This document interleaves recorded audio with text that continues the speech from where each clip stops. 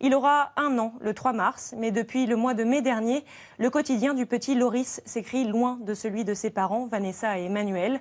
Au nom du principe de précaution, il a été placé en centre spécialisé après son hospitalisation pour un syndrome du bébé secoué. Depuis 9 mois, ses parents clament leur innocence et attendent de nouvelles expertises qui permettraient de trouver le responsable de ces hématomes. Nathalie Lambert et Solène Nicolas.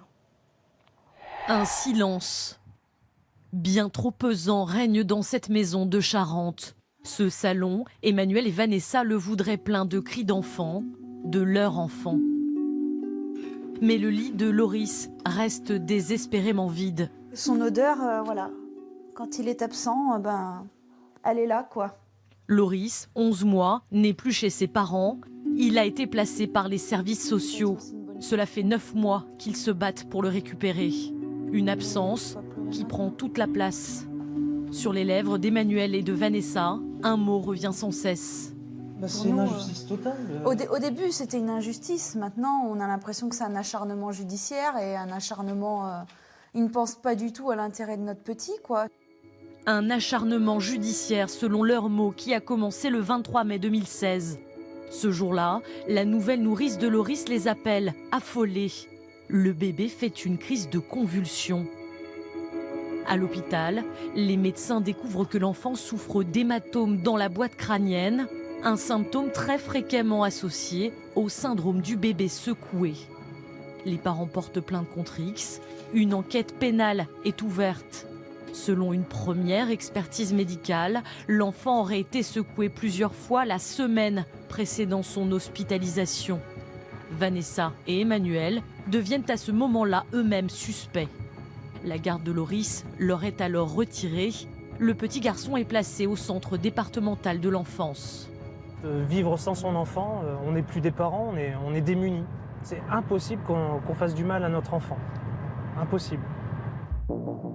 Une nouvelle expertise rendue le mois dernier viendrait confirmer la version des parents. Loris aurait bien été secoué, mais seulement le jour de son hospitalisation. La responsabilité des parents serait donc exclue, selon leurs avocats qui ont eu accès au rapport. Mais pourtant, Loris n'a toujours pas été rendu à ses parents, privés de leur bébé depuis 9 longs mois. L'affaire a ému dans la région. À Noël, une marche avait été organisée pour demander à la justice de mettre fin au placement. Pour le retour de Loris. Vanessa et Emmanuel retrouvent leur avocat au tribunal. Bonjour. Ce jour-là, c'est en tant que victime, selon Maître Thuret, qu'ils doivent être entendus par le juge d'instruction. Aujourd'hui, la mère de famille n'a qu'un souhait. Que les choses avancent et que surtout on pense à l'intérêt d'un enfant qui est placé et que peut-être que voilà, en ayant notre ressenti, entre juges, ils peuvent peut-être aussi échanger et voilà. Entre le deuxième rapport d'expertise qui, d'après leurs avocats, les blanchit, et la prochaine audience en mars avec le juge des enfants, 2 mois et demi d'attente en plus pour ses parents. Une attente qualifiée d'insupportable par Maître Thuret.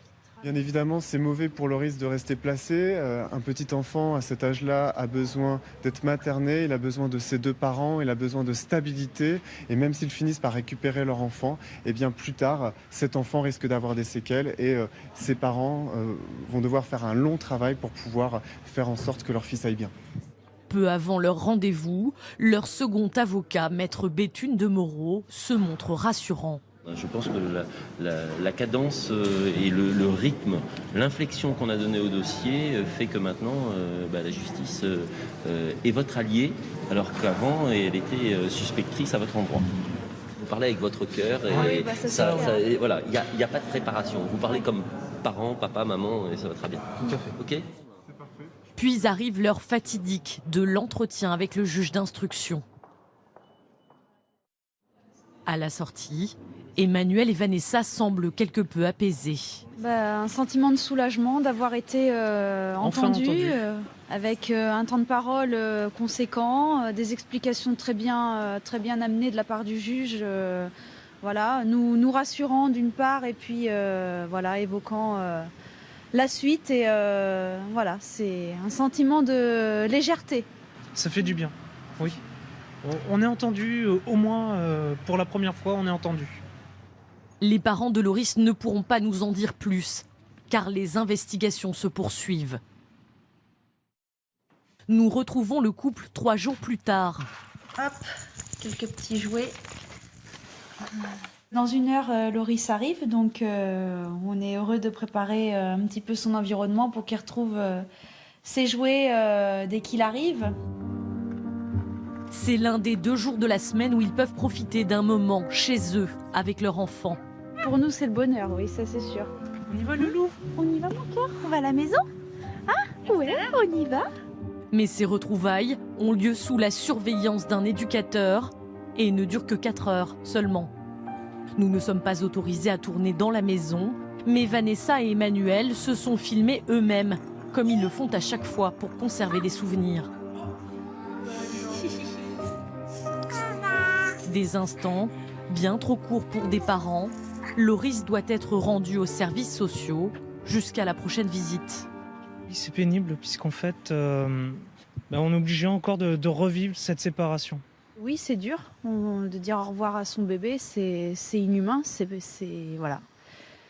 Mais bon, c'est la seule chose qui reste aujourd'hui. Donc, on fait du mieux pour l'accepter et vivre avec.